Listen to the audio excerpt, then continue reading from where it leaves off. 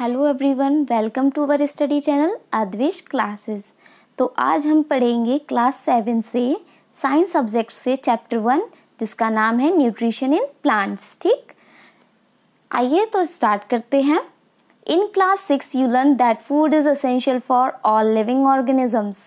हमने क्लास 6 में क्या पढ़ा था कि फूड सारे लिविंग ऑर्गेनिजम्स के लिए बहुत ज़रूरी है। You also learned that carbohydrates, proteins, fats, vitamins and minerals are components of food. हम सब ने ये भी पढ़ा था कि जो कार्बोहाइड्रेट्स हैं, प्रोटीन्स हैं, फैट्स हैं, विटामिन्स और मिनरल्स, ये सब क्या है, फूड के कंपोनेंट्स हैं। These components of food are necessary for our body and are called nutrients. और ये कंपोनेंट्स हमारे जो फूड के कंपोनेंट्स हैं, ये हमारी बॉडी के लिए क्या है, बहुत ज़्यादा ज़रूरी हैं और इनको हमने क्या बोला था, nutrients. All living organisms require food. Plants can make their food themselves, but animals including humans cannot. सभी लिविंग ऑर्गेनिजम्स के लिए क्या ज़रूरी है, खाना ज़रूरी है। Plants can make their food themselves, जो प्लांट्स हैं वो अपना खाना खुद बना लेते हैं, लेकिन एनिमल्स, जानवर, इंक्लूडिंग ह्यूमन, यहाँ तक कि ह्यूमंस, ये मानव जो हैं ये अपना खाना खुद नहीं बनाते हैं, जबकि प्लांट्स क्या करते हैं, अपना खाना खुद बनाते हैं। They get it from plants और animals that eat plants. Animals और ह्यूमंस क्या करते हैं, जो अपना खाना है वो या तो प्लांट्स से लेते हैं या फिर एनिमल्स से लेते हैं। उन एनिमल्स को खाते हैं जो क्या करते हैं, प्लांट्स को ईट करते हैं, प्लांट्स को खाते हैं, उन एनिमल्स से फूड लेते हैं। ठीक, जैसे काऊ है, काऊ से हम मिल्क लेते हैं, तो मिल्क हमें एनिमल से मिल रहा है और वह एनिमल क्या खाता है, प्लांट्स। ठीक, thus humans and animals are directly और इनडायरेक्टली डिपेंडेंट ऑन प्लांट्स। इस प्रकार ह्यूमन और एनिमल्स दोनों ही डायरेक्टली या इनडायरेक्टली दोनों ही तरीके से क्या हैं, प्लांट्स पर ही डिपेंड करते हैं। ठीक, अब पढ़ते हैं mode of nutrition in plants. Plants are the only organism that can prepare food for themselves by using water, carbon dioxide and minerals. Plant वो केवल वही और प्लांट्स ही वे ऑर्गेनिजम्स हैं जो क्या कर सकते हैं, अपना फूड खुद बनाते हैं बाय यूजिंग, क्या यूज़ करके, वाटर, कार्बन डाइऑक्साइड और minerals. Water, carbon dioxide, minerals को यूज़ करके अपना फूड खुद बनाते हैं केवल plants. The raw material are present their surroundings, और जो उनके आसपास रॉ मटेरियल्स प्रेजेंट होते हैं उनसे वो अपना फूड खुद तैयार करते हैं। The nutrients enable living organism to build their bodies, to grow, to repair damaged part of their bodies and provide the energy to carry out life processes. जो न्यूट्रिएंट्स हैं वो क्या करते हैं, लिविंग ऑर्गेनिज्म की बॉडी को build करने में हेल्प करते हैं, टू ग्रो, उनको बढ़ाने में, ग्रो करने में, to repair damaged part of their bodies, उन जो बॉडीज़ के डैमेज्ड पार्ट होते हैं उनको रिपेयर करने में, और लाइफ प्रोसेस को कैरी करने के लिए एनर्जी प्रोवाइड करते हैं। Nutrition is the mode of taking food by an organism. Nutrition का क्या है, एक मोड है ऑर्गेनिज्म के द्वारा जो फूड लिया जाता है, and its utilisation by the body, और बॉडी के द्वारा उसे यूटिलाइज करने का एक मोड है। The mode of nutrition in which organisms make food themselves from simple substances is called autotrophic. वो मोड न्यूट्रिशन का जिसमें, वो तरीका न्यूट्रिशन का जिसमें ऑर्गेनिज्म अपना फूड खुद तैयार करता है, कहाँ से, सिंपल सब्सटेंसेस से, तो उसको क्या बोलते हैं, autotrophic. Auto means self, trophos means nourishment. Auto means self मतलब खुद से, ट्रोफोस मतलब नरिशमेंट, खुद से अपना पोषण मतलब खुद से अपना खाना तैयार करते हैं। Therefore plants are called autotrophs, इसलिए प्लांट्स को क्या बोला जाता है, autotrophs. Animals and most other organisms take in ready made food prepared by the plants, they are called heterotrophs. Hetero means other. ठीक, एनिमल्स और दूसरे और भी ऑर्गेनिजम्स हैं वो क्या करते हैं, वे जो प्लांट्स के द्वारा फूड प्रिपेयर्ड होता है, जो तैयार फूड होता है उसको लेते हैं, इसीलिए उनको हेटरोट्रॉफ्स कहा जाता है। हम भी जो ह्यूमंस हैं, एनिमल्स हैं, जो क्या करते हैं, प्लांट से फूड लेते हैं, उनको हेटरोट्रॉफ्स बोलते हैं, यानी कि जो दूसरों से खाना लेते हैं। ठीक, इसके आगे आते हैं, now we may ask where the food factories of plant are located. अब हमें ये जानना है कि जो फूड फैक्ट्रीज हैं प्लांट्स में वो होती कहाँ हैं। फूड प्लांट जो है वो खाना कहाँ बनाता है। Whether food is made in all part of a plant, क्या फूड पार्ट्स के सभी प्लांट में बनता है और ओनली इन सर्टेन पार्ट्स, या फिर किसी एक सर्टेन पार्ट में बनता है। How do plants obtain the raw material from the surroundings, और प्लांट्स अपने आसपास से रॉ मटेरियल्स कैसे लेते हैं। How do they transport them to the food factories of the plants, अगर वो रॉ मटेरियल्स अपने सराउंडिंग से ले लेते हैं तो फिर उन्हें जहाँ पर खाना बनता है वहाँ तक पहुँचाते कैसे हैं। तो इन सभी के आंसर हम आगे देखेंगे। Photosynthesis, food making process in plants. Leaves are food factories of plants. जो लीव्स हैं वो क्या है, हमारी फूड फैक्ट्रीज हैं, यानी कि खाना कहाँ बनाया जाता है, प्लांट्स का, वो लीव्स में बनाया जाता है। The synthesis of food in plants occur in leaves. जो फूड की सिंथेसिस है प्लांट्स में वो कहाँ अकर होती है, लीव्स में। Therefore all the raw material must reach there, इसलिए सारे रॉ मटेरियल्स को कहाँ पहुँचना होगा, लीव्स में। Water and minerals present in the soil are absorbed by the roots and transported to the leaves. तो जो वाटर और मिनरल्स हैं जो सॉइल में से किसके द्वारा एब्जॉर्ब कर लिए जाती हैं, रूट्स के द्वारा एब्जॉर्ब कर लिए जाती हैं और ट्रांसपोर्ट की जाती हैं। किसको ट्रांसपोर्ट कर दी जाती हैं, लीव्स को। Carbon dioxide from air is taken in through the टिनी pores present on the surface of the leaves. और जो कार्बन डाइऑक्साइड है एयर से वो किसके द्वारा ले ली जाती है, तो जो लीव्स के अंदर क्या होते हैं, छोटे छोटे पोर्स होते हैं, छेद होते हैं, जिनसे क्या करती है, जो कार्बन डाइऑक्साइड है एयर में से वो एब्जॉर्ब कर लेती हैं leaves. These pores are surrounded by guard cells. जो ये पोर्स हैं, ये छोटे छोटे पोर्स जो हैं, ये किससे सराउंडेड होते हैं, गार्ड सेल्स से। ये चारों तरफ से सराउंडेड होते हैं pores. Such pores are called stomata, और इन पोर्स को क्या बोलते हैं, स्टोमेटा।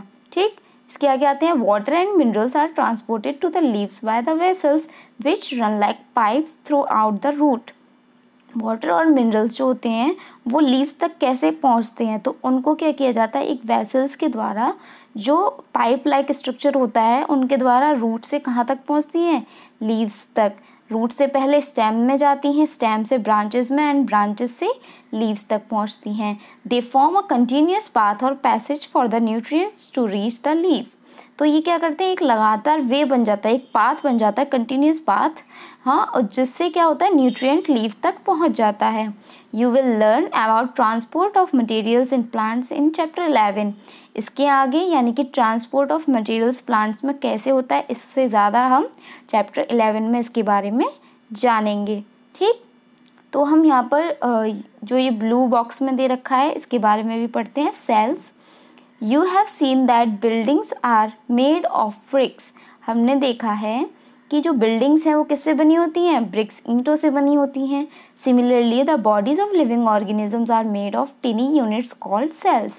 इसी तरीके से जो लिविंग ऑर्गेनिजम्स होते हैं वो छोटे छोटे यूनिट से मिलकर बने होते हैं, जिनको हम बोलते हैं cells. Cells can be seen only under the microscope. जो सेल्स हैं वो किससे देखे जा सकते हैं, ओनली माइक्रोस्कोप के द्वारा ही देखे जा सकते हैं।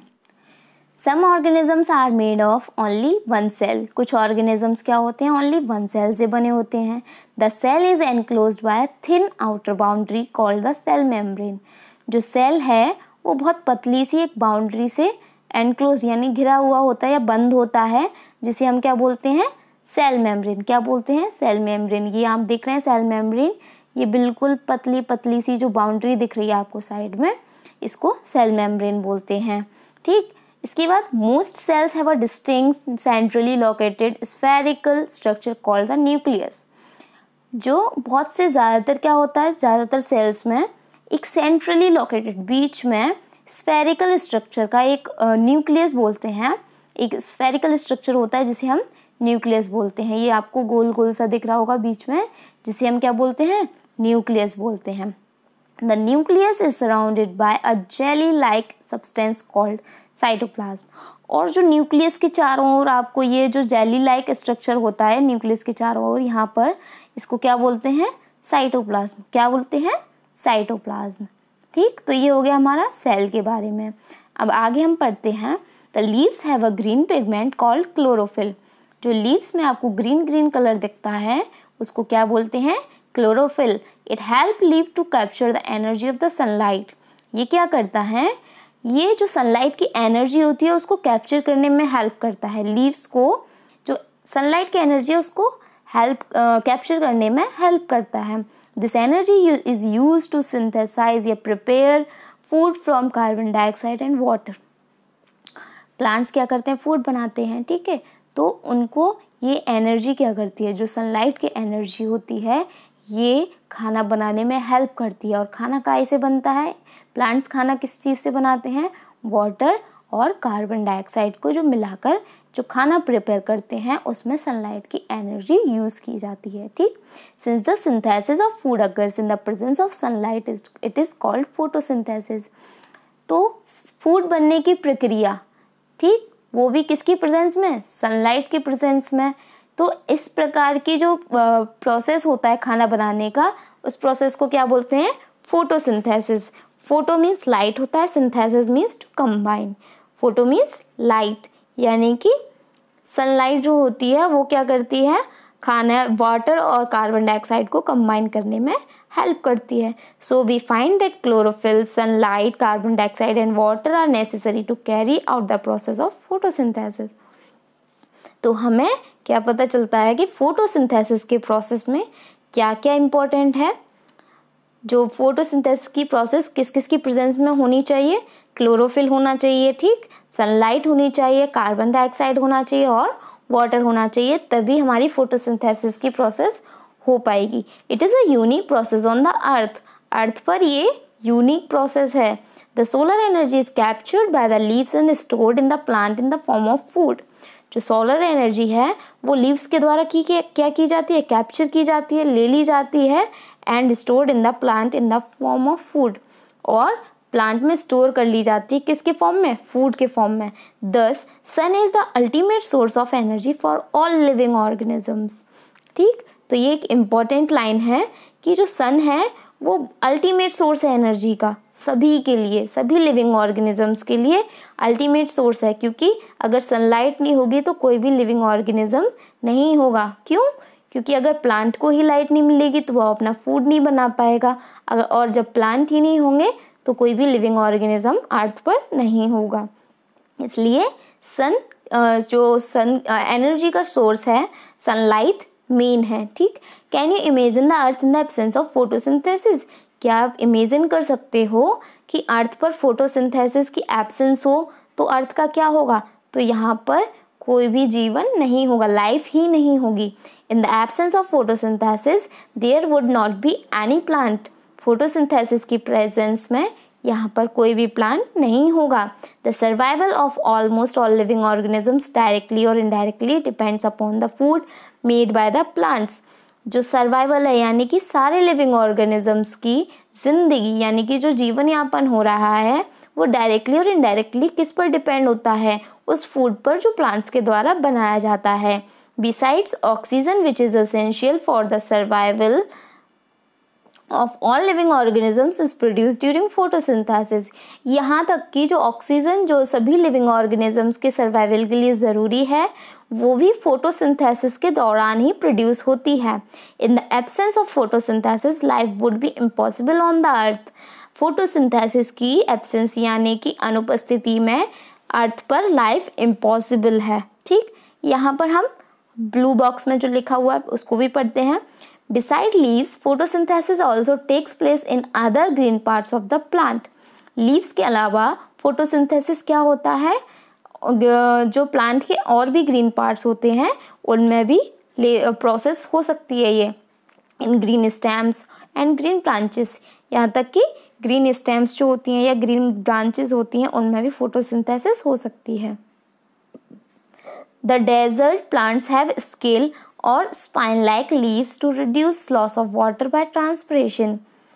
जो डेजर्ट प्लांट्स होते हैं यानी कि जहाँ पर पानी कम होता है वहाँ के जो प्लांट्स होते हैं उनकी जो लीव्स होती हैं वो कैसी होती हैं? नुकीली होती हैं, उनमें कांटे से निकले होते हैं, नुकीली होती हैं। क्यों होती हैं? To reduce loss of water by transpiration. जो भाप से पानी उड़ने की प्रक्रिया है वो कम हो, वहाँ पर पानी मतलब वो जो लीव्स हैं स्टोर करके रखें, वहाँ पर भाप से पानी रिड्यूस ना हो। These plants have green stems which carry out photosynthesis. In plants की स्टेम्स कैसी होती हैं? ग्रीन होती हैं, जिस कारण ये फोटोसिंथेसिस में पार्ट ले लेते हैं। फोटोसिंथेसिस की प्रोसेस इनमें होती है, किसकी वजह से? ग्रीन स्टेम्स की वजह से। यहाँ पर लीव्स, ग्रीन स्टेम्स, यानी कि पूरा का पूरा प्लांट ही फोटोसिंथेसिस की प्रोसेस में पार्ट ले सकता है। आते हैं, during photosynthesis chlorophyll containing cells of leaves in the presence of sunlight. फोटोसिंथेसिस के दौरान जो लीव्स के सेल्स होते हैं जिनमें क्लोरोफिल होता है, सनलाइट के प्रेजेंस में use carbon dioxide and water to synthesise carbohydrate. तो उसमें क्या होता है, जो कार्बन डाइऑक्साइड और वाटर दोनों मिलकर क्या बनाते हैं? कार्बोहाइड्रेट्स बनाते हैं। The process can be represented as an equation. ये प्रोसेस को हम एक इक्वेशन में भी रिप्रेजेंट कर सकते हैं। Carbon dioxide plus water sunlight और क्लोरोफिल के प्रेजेंस में क्या देंगे? Carbohydrate plus oxygen. कार्बोहाइड्रेट और ऑक्सीजन हमें मिलेगी कार्बन डाइऑक्साइड और वाटर को सनलाइट और क्लोरोफिल की प्रेजेंस में रिएक्शन कराने पर। ठीक, इसके आगे आते हैं। ये आपको दे रखा है, ये लीव्स के अंदर पोर्स होते हैं छोटे छोटे, ये क्लोरोफिल्स होती हैं, और ये पोर्स के चारों ओर गार्ड सेल्स होते हैं और स्टोमा बोलते हैं। देखिए ये पोर्स हैं, ठीक, ये आपको दिख रहे हैं, ये पोर्स हैं, ठीक। इनको क्या बोलते हैं? स्टोमा या स्टोमेटा। और इनके चारों ओर जो ये गार्ड सेल्स हैं, ये जो चारों ओर आपको दिख रहे हैं, ये क्या है? गार्ड सेल्स हैं, ठीक। और इन गार्ड सेल्स के अंदर जो आपको छोटे छोटे ब्लैक ब्लैक दिख रहे हैं, ये क्लोरोफिल हैं जो ग्रीन कलर के लिए रिस्पॉन्सिबल होते हैं, ठीक। आते हैं आगे।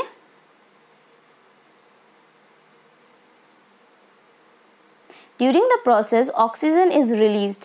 इस प्रोसेस में क्या होता है? आपने देखा कार्बोहाइड्रेट और ऑक्सीजन मिलती है, यानी ऑक्सीजन भी रिलीज होती है। The carbohydrate ultimately get converted into starch. जो कार्बोहाइड्रेट्स होते हैं वो अल्टीमेटली किस में कन्वर्ट हो जाते हैं? स्टार्च में। The presence of starch in leaves indicates the occurrence of photosynthesis. जो स्टार्च की प्रेजेंस है लीव्स में, वो क्या करती है? अकरेंस ऑफ फोटोसिंथेसिस, यानी कि फोटोसिंथेसिस की अकरेंस को इंडिकेट करती है। The starch is also a carbohydrate. जो स्टार्च है वो भी क्या है? कार्बोहाइड्रेट है। ये हमने 6th क्लास की बुक में हमने पढ़ा था कि कार्बोहाइड्रेट में स्टार्च भी आता है, ठीक। इसके आगे आते हैं activity 1.1। Take 2 potted plants of the same kind, यानी कि सेम काइंड के पॉटेड प्लांट्स। 2 प्लांट्स ले लीजिए, सेम प्लांट्स होने चाहिए। दोनों को क्या करना है? Keep one in the dark और इन अ ब्लैक बॉक्स। एक को डार्क यानी अंधेरे में रखना है 72 आवर्स के लिए, and other in the sunlight, और दूसरा धूप में, सन की लाइट जो है यानी कि सूर्य के प्रकाश में रखना है। Perform iodine test with the leaves of both the plants as you did in class 6। जिस तरीके से क्लास 6 में हमने आयोडीन टेस्ट किया था, आप दोनों प्लांट्स पर कीजिए। दोनों प्लांट्स की जो लीव्स हैं उन पर आयोडीन टेस्ट कीजिए। रिकॉर्ड योर रिजल्ट्स, अपने रिजल्ट्स को रिकॉर्ड कीजिए। Now leave the pot which was earlier kept in the dark. अब उस पॉट को लेकर आइए जो आपने पहले अंधेरे में रखा था, अब उसको कहाँ रखना है? सनलाइट में रखना है 3 to 4 days, 3 से 4 दिन के लिए। And perform the iodine test again on its leaves, और उस पर दोबारा आयोडीन टेस्ट कीजिए उनकी लीव्स पर। Record your observation in your notebook, और अपनी ऑब्जर्वेशंस को नोटबुक में नोट कीजिए। The leaves other than green also have chlorophyll, यानी कि जो लीव्स ग्रीन नहीं होती वो उनमें भी क्या होता है? क्लोरोफिल होता है। The large amount of red, brown and other pigments mask the green colour. जो उन लीव्स के अंदर क्या होता है? रेड, ब्राउन या और जो कलर के पिगमेंट्स होते हैं वो ज़्यादा डार्क होते हैं, जिनसे ग्रीन कलर को क्या करते हैं? वो कवर कर देते हैं, जिसलिए ग्रीन कलर नहीं दिख पाता है। तो इन कलर्स में भी ग्रीन कलर का पिगमेंट होता है, क्लोरोफिल प्रेजेंट होता है, लेकिन दिख नहीं पाता है, वो ग्रीन कलर के नहीं दिखते हैं। Photosynthesis takes place in these leaves also. तो फोटोसिंथेसिस उन लीव्स में भी होता है। You often see slimy green patches in ponds or in other stagnant water bodies. हम रुके हुए पानी जो होती हैं वाटर बॉडीज होती हैं, हम उनमें देख सकते हैं, पॉन्ड्स में देख सकते हैं, क्या होता है, बहुत पतले पतले ग्रीन पैचेस बन जाते हैं. These are generally formed by the growth of organisms called algae. ये जनरली कैसे फॉर्म होते हैं, उन ऑर्गेनिजम्स की ग्रोथ से फॉर्म होते हैं जिनको हम बोलते हैं एल्गी. आपने सुना होगा काई, जो पानी में काई जम जाती है हरे हरे कलर की, तो इन ऑर्गेनिजम्स की ग्रोथ के कारण ये फॉर्म हो जाती है. Can you guess why algae are green in colour? क्या आप गेस कर सकते हैं, क्या आप सोच सकते हैं कि एल्गी ग्रीन कलर की क्यों होती है? They contain chlorophyll which gives them the green colour. तो वो क्या करते हैं, उनके अंदर क्लोरोफिल होता है, इसलिए उनका कलर कैसा होता है, green. Algae can also prepare their own food by photosynthesis. तो एल्गी भी अपना खाना खुद बना सकती है फोटोसिंथेसिस से. ठीक. Synthesis of plant food other than carbohydrates. जो प्लांट्स हैं यानी कि कार्बोहाइड्रेट्स के अलावा उनको और कौन सी चीज़ें वो बनाते हैं. ठीक. You have just learned that plant synthesise carbohydrate through the process of photosynthesis. हमने अभी पढ़ा है कि कार्बोहाइड्रेट्स कैसे बनाते हैं प्लांट्स, फोटोसिंथेसिस की प्रोसेस से. The carbohydrates are made of carbon, hydrogen and oxygen. जो कार्बोहाइड्रेट्स हैं वो किससे बने हुए हैं, कार्बन डाइऑक्साइड से और हाइड्रोजन से और ऑक्सीजन से. ठीक. These are used to synthesize other components of food. लेकिन यही क्या की जाती हैं, इनका प्रयोग और भी कंपोनेंट्स, अदर कंपोनेंट्स, फूड के अदर कंपोनेंट्स बनाने के लिए भी किया जाता है.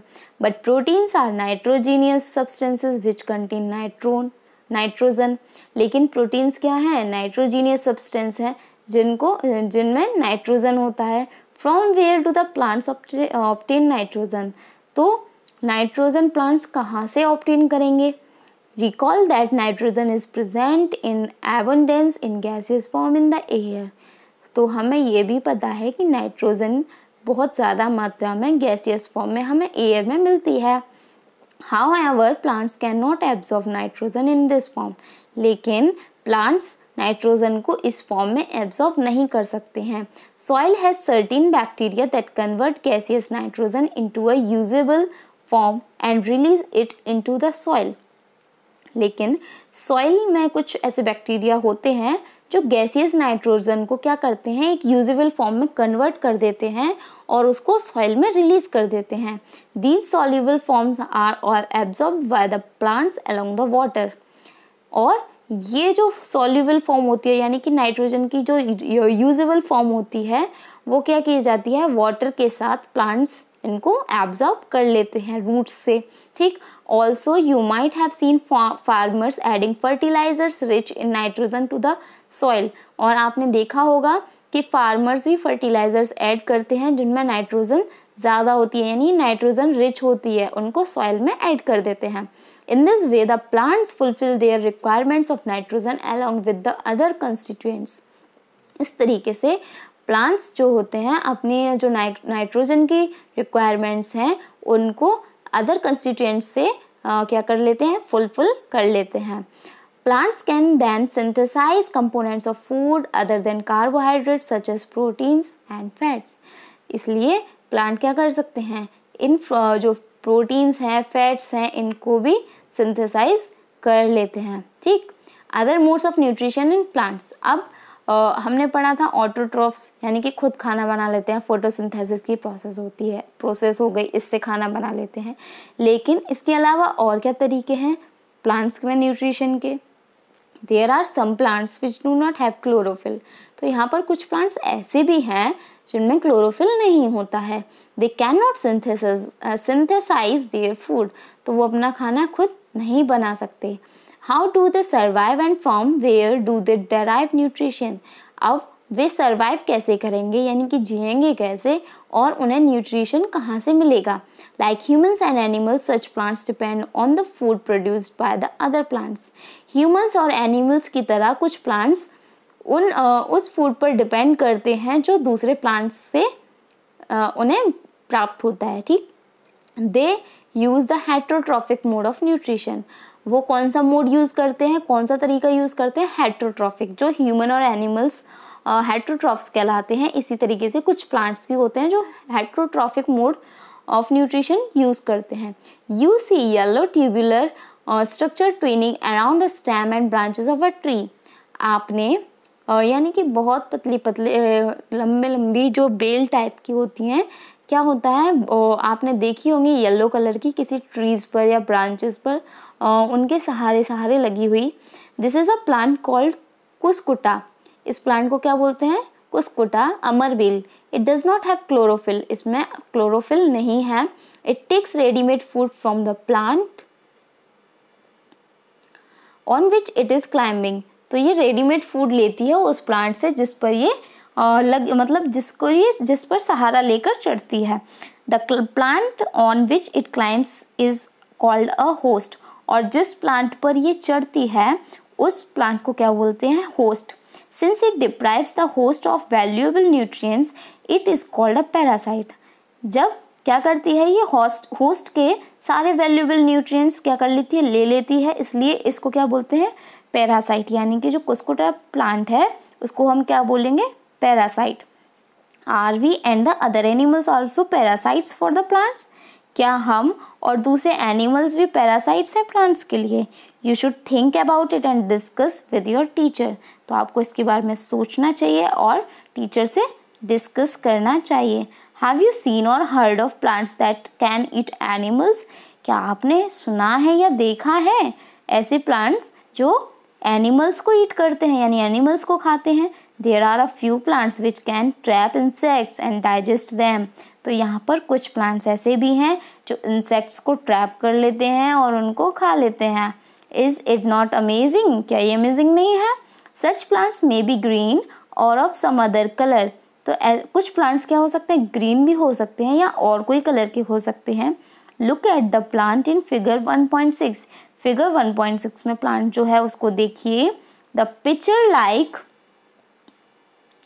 Structure is modified part of the leaf. तो इसका स्ट्रक्चर कैसा होता है, पिक्चर यानी कि घड़े जैसे स्ट्रक्चर होता है इसका, ठीक। और ये पिक्चर इसके ऊपर एक ढक्कन टाइप का होता है ये। तो क्या होता है, जब भी कोई इंसेक्ट इसके आसपास आता है तो ये अपना जो लिड है उसको खोल देता है और इंसेक्ट इसके अंदर चला जाता है, फंस जाता है, ठीक। और फिर ये अपने लिड से अपने जो माउथ है उसको कवर कर लेता है जिससे इंसेक्ट बाहर नहीं निकल पाता है। The apex of the leaf forms a lid which can open and close the mouth of the pitcher। जो इसकी लीफ का जो ऊपर का हिस्सा है उस पर लिड लगी हुई है जिससे ये अपने माउथ को खोल या बंद कर सकता है। Inside the picture there are hair which are directed downwards. इस पिक्चर के अंदर क्या होते हैं, हेयर्स होते हैं जो नीचे की ओर होते हैं। When the insect lands in the pitcher, जैसे ही इंसेक्ट इसके ऊपर पिक्चर के ऊपर बैठता है, the lid closes, लिड क्या होती है, बंद हो जाती है। And the trapped insect get entangled into the hairs. और जो फंसा हुआ इंसेक्ट है वो क्या हो जाता है, हेयर्स में फंस जाता है। The insect is digested by the digestive juices secreted in the picture. तो जो पिक्चर के अंदर डाइजेस्टिव जूसेस हैं उसके द्वारा वो इंसेक्ट को डाइजेस्ट कर लेता है। Such insect eating plants are called insectivorous plants. ऐसे प्लांट्स जो इंसेक्ट को खा लेते हैं उनको क्या बोलते हैं, insectivorous plants. Is it possible that such plants do not get all the required nutrients from the soil in which they grow? क्या ये पॉसिबल है कि कुछ प्लांट्स को इतनी भी रिक्वायर्ड न्यूट्रिएंट्स नहीं मिल पाती हैं कि वो सॉइल से नहीं मिल पाती हैं कि वो ग्रो कर पाए? तो नहीं मिल पाती हैं, इसी वजह से तो वो इंसेक्ट्स को क्या करते हैं, खाते हैं, ठीक। इसके आगे आते हैं saprotrophs. You might have seen packets of mushrooms sold in the vegetable market. आपने वेजिटेबल मार्केट में मशरूम पैकेट्स को बिकते हुए देखा होगा। You may have also seen fluffy umbrella like patches growing on rotting wood during the rainy season. तो rainy season के दौरान, बारिश के मौसम के दौरान आपने सड़ी गली लकड़ियों के आसपास क्या देखे होंगे, अम्ब्रेला लाइक पैचेस उगते हुए देखे होंगे। Let us find out what type of nutrients they need to survive. इनको किस प्रकार के न्यूट्रिएंट्स चाहिए होते हैं इनको सरवाइव करने के लिए, and from they where they get them, और ये उन्हें कहाँ से मिलते हैं। तो यह जानने की हम कोशिश करते हैं। ठीक। Activity 1.2, take a piece of bread and moisture it with water. आप एक ब्रेड का पीस लीजिए और उसको वाटर से मॉइस्चर कर दीजिए, मतलब थोड़ा गीला करके। Leave it in a moist warm place for 2 to 3 days और until fluffy patches appear on them। अब आप नमी वाले, ऐसे नमी और गर्म जगह हो वहाँ पर उसको छोड़ दीजिए 2 से 3 दिन के लिए, और जब तक छोड़ दीजिए जब तक आपको उसके ऊपर फ्लफी पैचेस दिखने ना लगें। These patches may be white, green, brown और of any other color। ये पैचेस वाइट कलर के हो सकते हैं, ग्रीन कलर के हो सकते हैं, ब्राउन कलर के भी हो सकते हैं, या और किसी कलर के हो सकते हैं।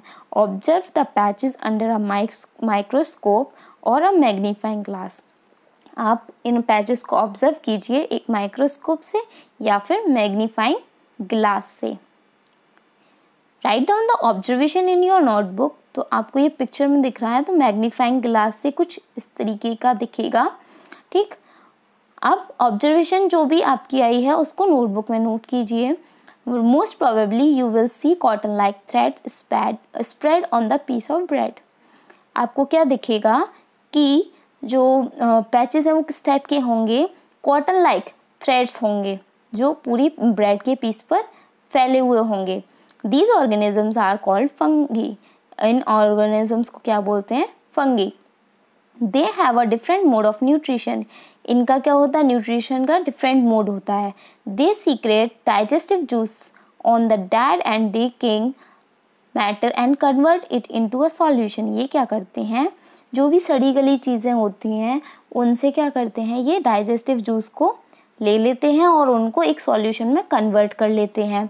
Then they absorb the nutrients from it, और फिर ये उनसे न्यूट्रिएंट्स को एब्जॉर्ब करते हैं। This mode of nutrition in which organisms take in nutrition in solution from dead and decaying matter is called saprotrophic nutrition। Nutrition का वो mode जिसमें ऑर्गेनिजम्स क्या करता है, एक न्यूट्रिशंस को लेता है सॉल्यूशन फॉर्म में। ठीक। किससे, डेड यानी कि मरे हुए या सड़े गले मैटर से, तो उसको हम क्या बोलते हैं, saprotrophic nutrition. Plants which use saprotrophic mode of nutrition are called saprotrophs. जो प्लांट्स सैप्रोट्रॉफ यानी कि न्यूट्रिशन के कौन से मोड को यूज़ करते हैं, सैप्रोट्रॉफिक मोड को यूज़ करते हैं, तो ऐसे प्लांट्स को हम बोलते हैं सैप्रोट्रॉफ्स। Fungi also grow on pickles, leather, cloths and other articles that are left in hot and humid weather for long time। जो फंगी है वो पिकल्स यानी आचार पर भी आपको देखने को मिल जाएगा, लेदर पर भी, क्लॉथ्स पर भी और दूसरे आर्टिकल्स भी, जो बहुत टाइम तक क्या हो, गर्मी में या फिर नमी वाली जगह पर रखे हुए होंगे, तो उनमें आपको फंगी देखने को मिल जाएगी। इसके आगे, during the rainy season they spoil many things. Rainy season के दौरान फंगी क्या करती हैं, हमारी बहुत सारी चीज़ों को ख़राब कर देती हैं। Ask your parents about the manage of fungi in your house. अपने पेरेंट्स से पूछिए कि फंगी हमारे घर में किस किस तरीके से होती है। ठीक। The fungal spores are generally present in the air. जो फंगल स्पोर्स हैं वो जनरली कहाँ प्रेजेंट होते हैं, एयर में। When they land on wet, जब वो वेट और वार्म थिंग्स पर बैठते हैं, दे जर्मिनेट एंड ग्रो। तो वो क्या करते हैं, जर्मिनेट होते हैं और बढ़ते जाते हैं। Now can you figure out how we can protect our things from getting spoiled. तो हम अब ये कैसे पता करें कि हम अपनी जो चीज़ें हैं उनको ख़राब होने से कैसे बचा सकते हैं। तो हमें क्या करना चाहिए, अपनी जो भी चीज़ें हैं उनको ज़्यादा गर्म या नमी वाली जगहों पर नहीं रखनी चाहिए। Some organisms live together and share shelter and nutrients. कुछ ऑर्गेनिजम्स क्या करते हैं, साथ रहते हैं और अपने न्यूट्रिएंट्स या शेल्टर मीन्स रहने की जगह को शेयर करते हैं। This is called symbiotic relationship. ऐसी रिलेशनशिप को क्या बोला जाता है, symbiotic relationship. For example, certain fungi live in the roots of trees. The tree provides nutrients to the fungus and in return receives help from it. to take up water and nutrients from the soil. Fungi और plant के बीच यानी tree के बीच कौन सी relationship दिखाई गई है? यहाँ पर सिम्बायोटिक रिलेशनशिप दिखाई गई है। यहाँ पर क्या होता है कि जो फंगी है वो कहाँ रहता है? ट्री की रूट्स में रहता है, यानी कि ट्री ने उसको शेल्टर यानी कि रहने की जगह दी। Tree provides nutrients to the fungus, और ट्री फंगस को न्यूट्रिएंट्स भी देता है बदले में, इन रिटर्न बदले में receives help from it, fungus से उसकी हेल्प लेता है। किसमें? Water and nutrients from the soil. जो फंगी है वो क्या करता है? वाटर और न्यूट्रिएंट्स को सॉइल से ट्री तक पहुंचाता है। This association is very important for the tree. ये एसोसिएशन जो है क्या है? ट्री के लिए बहुत इंपॉर्टेंट है। अगर वाटर और न्यूट्रिएंट्स सॉइल से ट्री में नहीं जाएंगे तो फूड कैसे बनेगा? इसलिए ये बहुत इंपॉर्टेंट प्रोसेस है। In organisms called lichens, a chlorophyll containing partner which is an alga and a fungus live together. Organisms में लाइकेंस हैं, ये भी एक पार्टनरशिप है किसकी? एल्गा की और एक फंगस, जो दोनों साथ में रहते हैं। The fungus provide shelter, water and minerals to the alga. जो फंगस है वो शेल्टर यानी रहने की जगह, पानी और मिनरल्स प्रोवाइड करता है एल्गा को, और इन रिटर्न और बदले में the alga provide food which it prepares by photosynthesis. हमने अभी देखा था एल्गी जो काई है वो उसमें क्लोरोफिल होता है, तो वो फोटोसिंथेसिस से अपना खाना खुद बना लेती है, तो वो फूड प्रोवाइड करती है किसको? फंगस को। ठीक इस तरीके से इन दोनों के बीच में भी सिम्बायोटिक रिलेशनशिप है। अब आते हैं how nutrients are replenished in the soil. अब जो न्यूट्रिएंट्स हैं, यानी कि एक बार न्यूट्रिएंट्स सॉइल से ट्रीज ने ले लिए, तो अब न्यूट्रिएंट्स दोबारा सॉइल में किस तरीके से आएंगे? ठीक है, have you seen farmers spreading manure और फर्टिलाइजर्स इन द फील्ड? क्या आपने फार्मर्स को खाद या फर्टिलाइजर्स खेतों में डालते हुए देखा है? और gardeners using them in lawns और इन पॉट्स, और या फिर माली को आपने लॉन्स में या पॉट्स में डालते हुए देखा हो। Do you know why they are added to the soil? क्या आप जानते हैं कि वो मैन्योर या फर्टिलाइजर्स को सॉइल में क्यों ऐड करते हैं? You learn that plant absorb mineral nutrients from the soil. हमने जाना था कि जो प्लांट्स हैं वो मिनरल्स न्यूट्रिएंट्स को सॉइल से एब्जॉर्ब कर लेते हैं।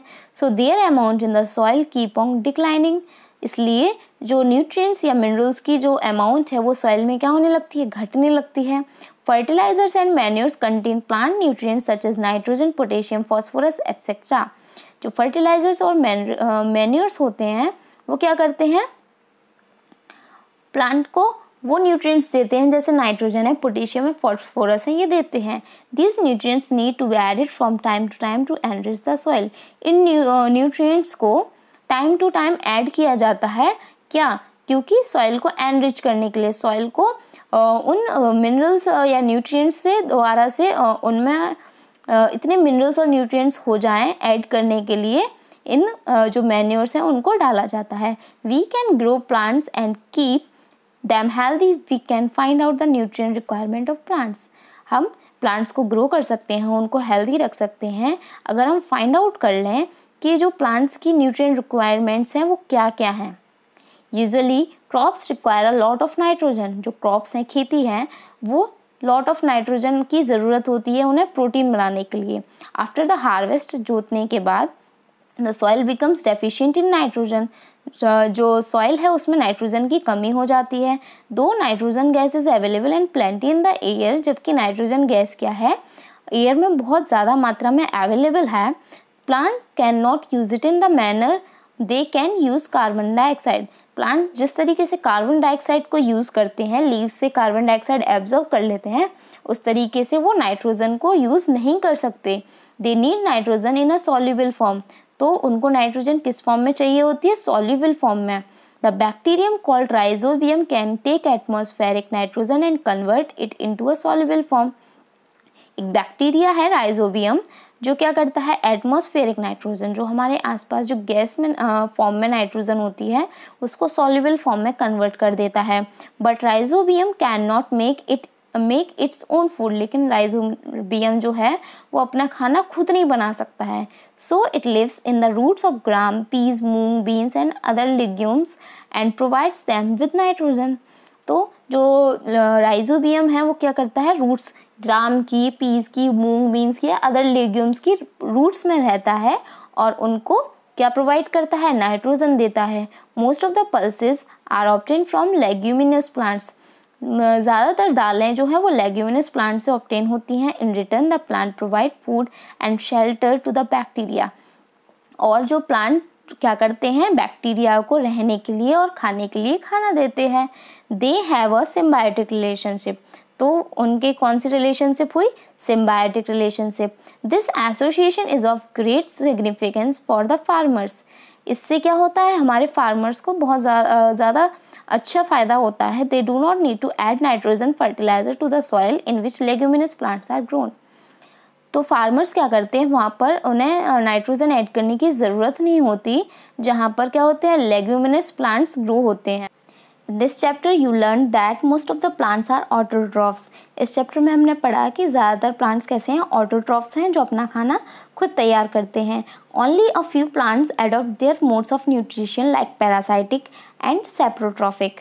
कुछ ही प्लांट्स ऐसे थे जिन्होंने जो क्या किया है, दूसरे न्यूट्रिशन के मोड से उनको एडॉप्ट किया है, जैसे कि पैरासाइटिक, जिसमें हमने कुस्कुटा प्लांट के बारे में पढ़ा था, जो दूसरे पेड़ों पर निर्भर रहता है खाने के लिए। एंड सेप्रोट्रॉफिक, सेप्रोट्रॉफिक जो मरे हुए या सड़े गले पेड़ पौधे हैं या जो भी ऑर्गेनिजम्स हैं उनसे अपना खाना लेते हैं। They drive nutrition from other organisms. ये अपने जो न्यूट्रिशंस हैं वो दूसरे ऑर्गेनिजम्स से लेते हैं। All animals are categorized as heterotrophs since they depend on plants and the other animals for food.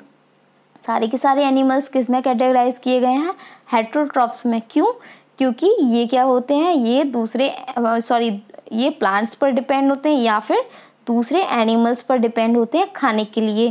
Can we see that the insectivorous plants are partial heterotrophs. क्या हम कह सकते हैं कि जो इंसेक्टिवोरस प्लांट्स हैं वो भी हेट्रोट्रॉफ्स हैं? तो हाँ, वो भी क्या है, हेट्रोट्रॉफ्स हैं। ठीक है, तो ये चैप्टर हमारा यहीं फिनिश होता है। अगर आपको ये वीडियो अच्छा लगा हो तो लाइक, सब्सक्राइब, शेयर ज़रूर करना। Thank you for watching.